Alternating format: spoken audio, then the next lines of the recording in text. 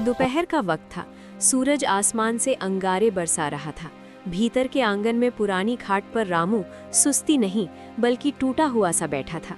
उसके चेहरे पर ऐसा मलाल था जैसे जिंदगी की सारी आस सूख चुकी हो। पास ही सीता बुझे मन से इधर उधर टहल रही थी, मगर उसकी निगाहें बार बार रामू के उदास चेहरे पर अटक जा रही थी। गर्म हवा चल रही थी और पूरे आंगन में अजीब सा सन्नाटा पसरा था। काहे इतना दिल छोटा कर रहे हो जी?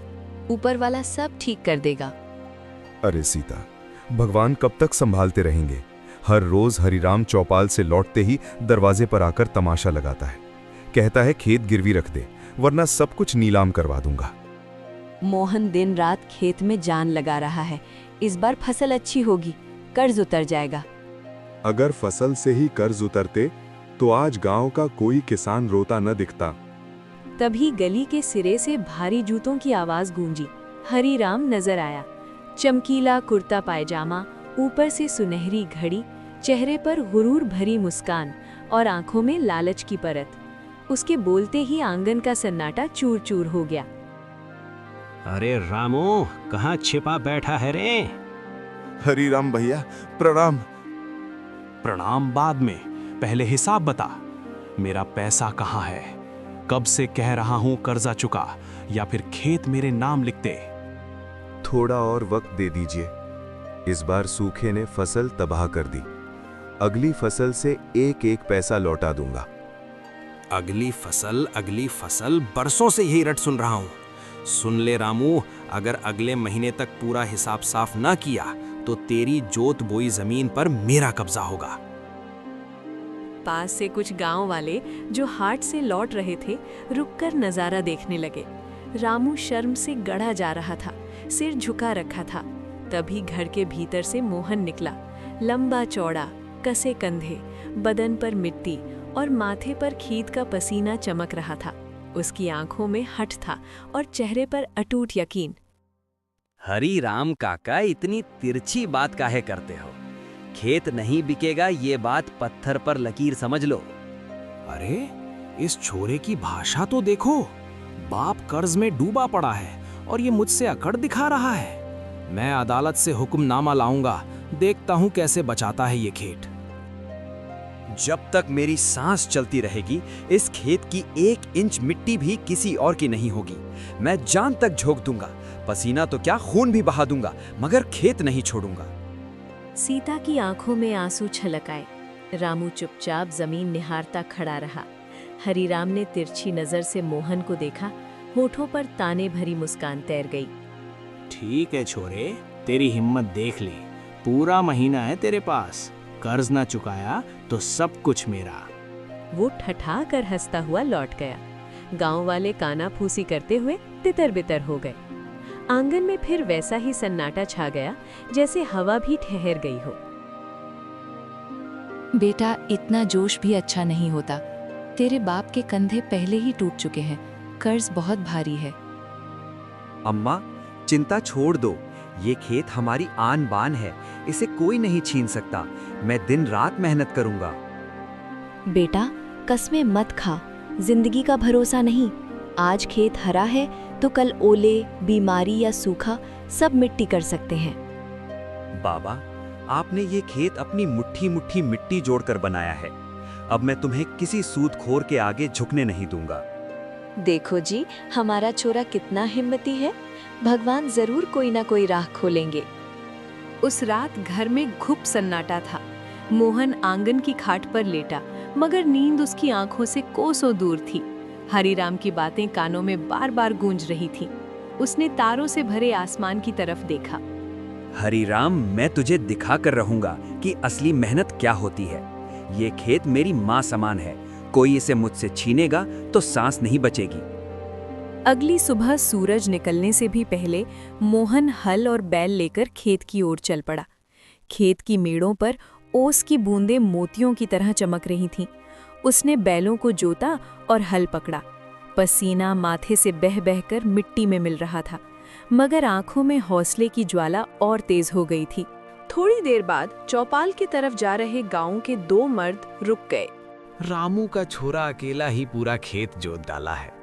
सोचता है 2-4 दिन हल चला लेगा तो कर्ज उतर जाएगा। जवान खून है, जोश में है, थक कर खुद ही मान जाएगा, देख लेना। मोहन ने उनकी बातें साफ साफ सुनी, मगर किसी को जवाब नहीं दिया, बस हल थामे रहा। आंखों में हल्की नमी आई, पर उसने उन आंसुओं को भी पसीने के साथ मिट्टी में मिला दिया। दोपहर तक धूप और भी तीखी हो गई, बैल हाँफने लगे। मोहन ने उन्हें तालाब की ओर ले जाकर पानी पिलाया और खुद भी किनारे पर बैठ गया।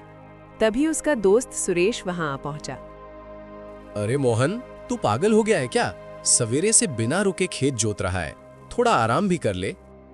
सुरेश, अब आराम का वक्त निकल चुका है। खेत ही हमारी ढाल है। जब तक ये रहेगा, बापू की इज्जत भी बची रहेगी। तेरी ये जिद ना तुझे कहीं डुबो ना दे। हरिराम कोई मामूली साहूकार नहीं है। बड़े बड़े उसकी उधारी में फंसकर सब कुछ गंवा बैठे हैं। फंसे होंगे और लोग, मैं नहीं फंसने वाला। ये फसल ही मेरी दीवार बनेगी। शाम ढली तो मोहन मिट्टी, पसीने और धूप से जला हुआ घर लौटा। दरवाजे पर खड़ी सीता उसकी राह देख रही थी। बेटा, तू दिन भर धूप में गल गया, 2 रोटी पेट में डाल लेता तो जान में जान आती। अम्मा, पेट की आग तो जैसे तैसे बुझ ही जाएगी, पर मन की आग तब ठंडी होगी जब खेत में लहराती बालियां दिखेंगी। बेटा, इतना जोखिम मत उठा, डर लगता है कहीं तुझे कुछ हो ना जाए। अम्मा, मुझे कुछ नहीं होगा। अगर गिरूंगा भी तो इसी खेत की मेड़ पर गिरूंगा, पर हार नहीं मानूंगा। कई दिन ऐसे ही बीत गए। गांव वाले जब जब मोहन को खेत में लगे देखते, कोई हंस देता, कोई दुआ दे देता, तो कोई दबी आवाज में तरस भी खाता। एक दिन हरिराम खुद खेत पर आ पहुंचा। अरे मोहन, बड़ा जोर लगा रहा है। क्या सोचता है ये मिट्टी तेरे लिए सोना उगलेगी? सुन, ब्याज दिन ब दिन चढ़ता जा रहा है। फसल होगी भी तो आधी से ज्यादा तो मेरे खाते में जाएगी। हरिराम काका, पैसा आपका सही, मगर जान लगाने वाली मजदूरी मेरी है। खेत मेरा है। जब तक मैं जिंदा हूं, इसकी रखवाली करूंगा। कोई इसे छीन नहीं सकता। देखता हूँ छोरे, महीने भर बाद तेरे खेत पर मेरा हल कैसे नहीं चलता। हरिराम चला गया। मोहन ने बिना रुके फिर हल थाम लिया। रात को नदी किनारे बने घाट पर रामू चुपचाप बैठा था। पास ही सीता की आंखों से आंसू बह रहे थे। मुझे डर लगने लगा है जी, हमारा छोरा अपनी ही जिद में न जाने कहाँ तक चला जाए। खेत सहारा बनेगा कि जाल, कुछ समझ नहीं आता। सीता, मोहन की आंखों में आग है। शायद वही आग ऊपर वाले को भी पिघला दे। हो सकता है वही हमारे लिए करिश्मा कर दे। अगले दिन से मोहन ने और जोर लगा दिया। सुबह सूरज झांकने से पहले ही खेत समतल करना, पानी की नालियां सीधी करना, मेड़े संभालना, सब काम वो अकेला करता। अब गांव वालों के ताने कम और हैरानी ज्यादा होने लगी। एक शाम सुरेश फिर खेत पर आया। मोहन, अब तो गांव वाले भी तेरी तारीफ करने लगे हैं। कहते हैं अगर मेहनत का फल होता है तो तुझे जरूर मिलेगा। सुरेश, सच्ची मेहनत कभी धोखा नहीं देती। ये खेत हमें हरा भरा ही लौटाएगा। उस रात सीता ने मोहन के आगे थाली रखी। बेटा, भगवान तेरा हाथ थामे रहे। तूने खेत को अपनी जान मान लिया है, अब हम सब तेरे साथ खड़े हैं। अम्मा, मुझे बस तुम लोगों का यही भरोसा चाहिए। देखना, यही खेत लहराएगा और बापू का माथा ऊंचा होगा। रामू पास ही चुप बैठा सुन रहा था। उसकी दिल में बुझ चुकी उम्मीद में हल्की सी रोशनी भर आई। कुछ दिन बाद चौपाल पर पंचायत बिठाई गई। सरपंच जी, रामू का कर्ज सर से ऊपर निकल चुका है। या तो अभी पैसा दे, वरना खेत मेरे नाम करवा दो। रामू फिर सिर झुकाए खड़ा था। सीता की आंखें भरी हुई थीं। खेत हमारा है। जब तक मेरी सांस चल रही है, कोई इसे छीन नहीं सकता। छोरे, तू तो बड़ी बड़ी बातें कर रहा है। कहता है खुद को बेच देगा, मगर खेत नहीं छोड़ेगा। हाँ, खुद को बेच दूंगा, दूसरी जगह मजदूरी कर लूंगा, पर ये खेत नहीं दूंगा। ये मेरी माँ है। चौपाल में सन्नाटा छा गया। सबकी निगाहें मोहन पर टिक गईं। उस रात मोहन देर तक खेत की मेड़ पर बैठा रहा। चांदनी में चमकते हल के पास बुदबुदाया। सब आज ठहाके लगा रहे हैं, मगर एक दिन यही लोग मेरी मिट्टी से सनी मेहनत को सलाम करेंगे। अगले दिन फिर वही कड़ी मेहनत, मगर अब थकान शरीर पर साफ दिखने लगी थी। एक दोपहर वो काम करते करते मेड़ पर ही ढह सा गया, सांसें तेज, हाथ कांपते हुए। सीता भागती हुई वहां पहुंची। बेटा उठ, कर्ज भारी से ही पर तू अपनी जान मत लगा दे उसकी कीमत में। अम्मा, मैं हार नहीं मानूंगा। अगर गिरना है तो भी इस खेत की गोद में ही गिरूंगा। गांव में बातें और तेजी से फैलने लगी। कोई अब भी हंसी उड़ाता तो कोई खुलकर मोहन के पक्ष में खड़ा होने लगा। कुछ दिन बाद फिर पंचायत बुलाई गई। सरपंच जी, अब फैसला कीजिए। या तो रामू पूरा कर्ज चुका दे, नहीं तो खेत मेरे हवाले करिए।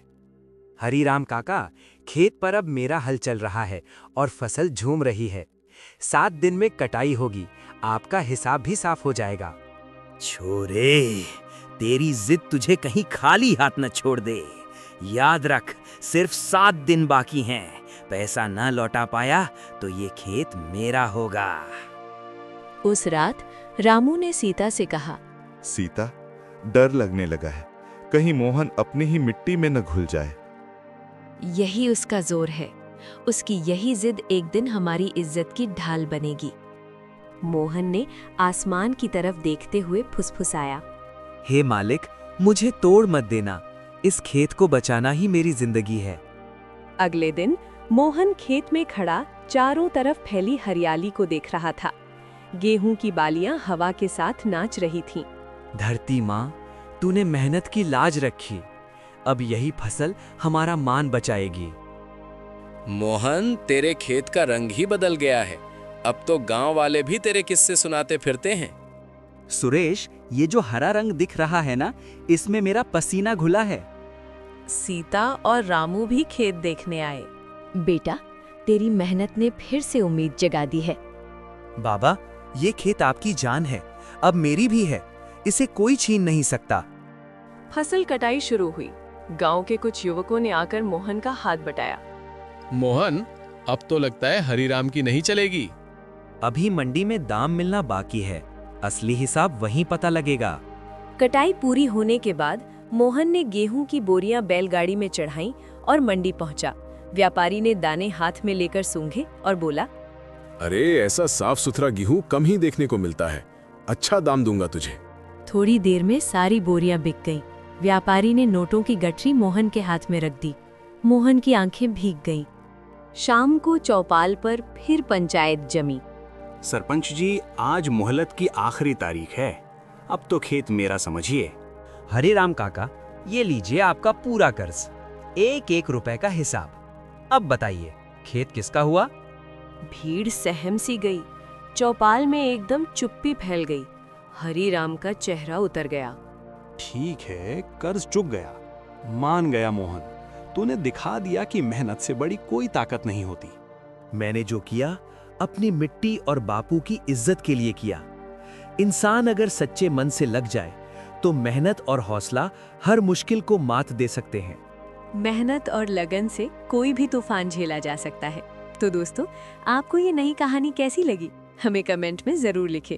और अगर आप ऐसी ही प्रेरणादायक कहानियां देखना चाहते हैं तो चैनल को सब्सक्राइब करना मत भूलिए। धन्यवाद।